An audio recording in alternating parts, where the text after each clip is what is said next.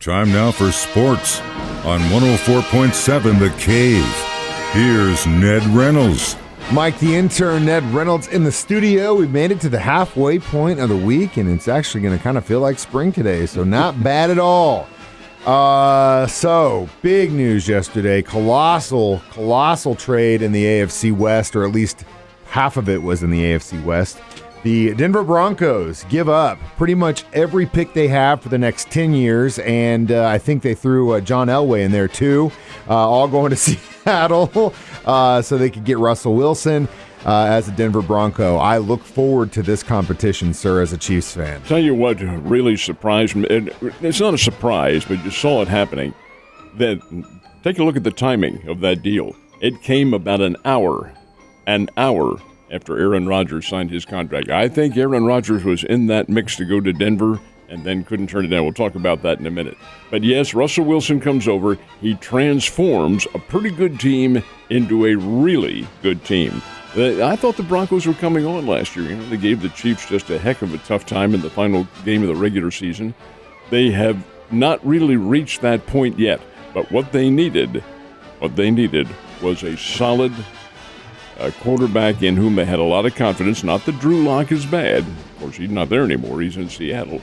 But the former Missouri kid was coming on and playing, but hey, Denver wants it now. And they get it now with Russell Wilson. And you're not too far off with them trading the franchise. Two numbers 1, two numbers 2, and then 3 and a 4 and a 5 somewhere way down the line, and Drew Lock and Noah Fant, who is a really good tight end, and then a defensive lineman with whom I wasn't familiar. But hey, they gave up a lot.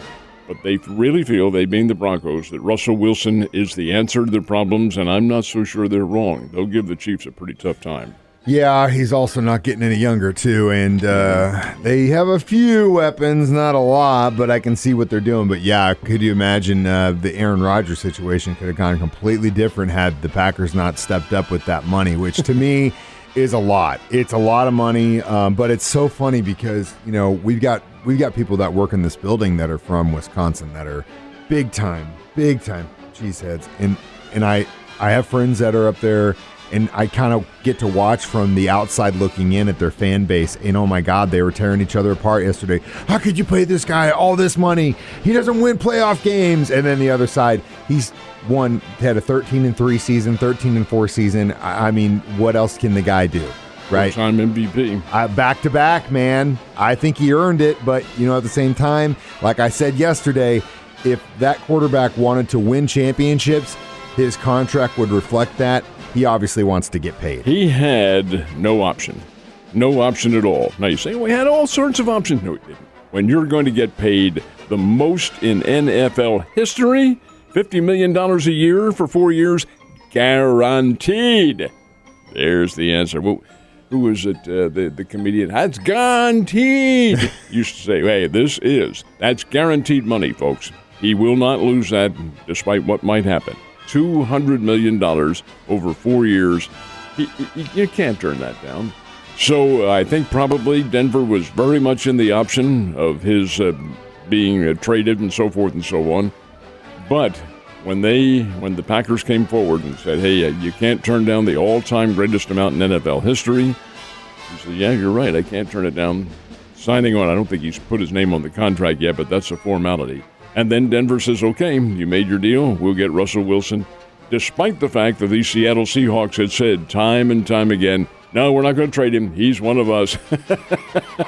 Well, when you give up half your team, yeah, that's pretty good. Yeah, so definitely an interesting situation and giving us something to talk about. Props to the NFL, man. They're not even playing games, and baseball, no one's saying a word about. Let's talk about. Sure are not, and nor is this reporter. Yeah, man. So prep basketball last night. What happened there? Well, we had some games. These were the Class 4 sectionals. Now, Classes 5 and 6 do not play sectionals. Not enough teams in those divisions to make it worthwhile. So they don't play sectionals. They go right to the state quarterfinals. Sectionals last night in Class 4. Fairgrove from just north of Springfield took on Father Tolton Catholic from Columbia. It's a relatively new school, been around for a while now. They're huge up front. This is where the Porter brothers went to school, and there are still Porter brothers playing for them. It was Father Tolton 76 and Fairgrove 58. Now, we did have another game involving a boys team, Willow Springs and Lamar. Now, I know these aren't really in our area, but they're pretty close. Willow Springs defeated Lamar 66-42. And in the girls' sectional game, Ava knocked off Seneca 48-30. Those winners all advanced to the Class 4 quarterfinals this weekend. Meanwhile, state championships are coming up. It's exciting. It really Time. is. It's a fun time, and it's time to really show your support for your local teams, which they will in the smaller communities. But here in Springfield, remains to be seen whether or not we'll have any teams in there because they're the larger classes. But over and above that, having the state championships here is a big deal. Huge deal, and great competition. And like I said yesterday, let's help these towns get that little addition to the sign as you drive they into love town. that. Get a little practice for the craziness that happens in a couple weeks today with some college basketball conference tournaments. They are officially underway. Mizzou and Arkansas both play and win.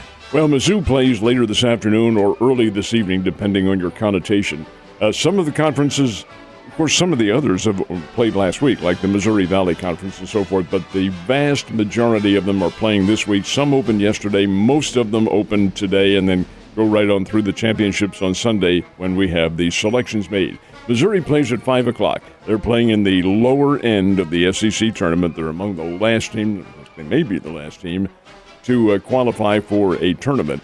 And they're playing Mississippi, play Ole Miss, and they play at 5 o'clock. Loser of this one, you're out of there and your season is done. Missouri's had a really, really bad year. The SEC tournament is being played in Tampa, Florida, and one of the new arenas they have down there. So Missouri plays at 5 this afternoon. Arkansas plays at 1:30 on Friday. Now, Arkansas gets a couple of byes going in because they're a very, very good basketball team, and they will play the winner of one of the play-in brackets. So it's got a long way to go, but this is a fun time when we see who's going to survive and who is not. And who the big dogs going into the NCAA tournament could possibly be. So we'll see what happens, man. Go Razorbacks. I think they have a good chance of making a run team for it big time. We were, or at least I was, cautiously optimistic yesterday when we were talking about the Mizzou Bears going to Stillwater.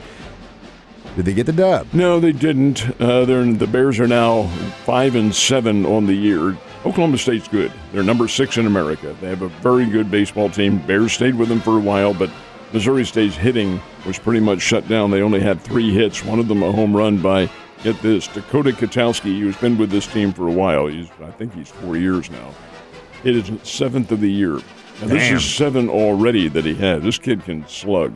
But you've got to have a balanced team, and Oklahoma State won it 5-1. Now the Bears are home now for their next 11 games. Wow. Starting this weekend when they host Arkansas State from the Sun Belt Conference down in Jonesboro. One of those games is supposed to be Friday afternoon, but I'm looking at this. It says 2 to 4 inches of snow. Come on. I don't know, man. Crap out of here. I don't know. Unless they, like I said, they can figure out a way to do it inside the practice field at Hammond's. I don't know how the hell they're going to pull it off. The only way they could ever get it done is to clear the field if the snow stops. Clear the field, and then go down to Ozark at U.S. Ballpark down there.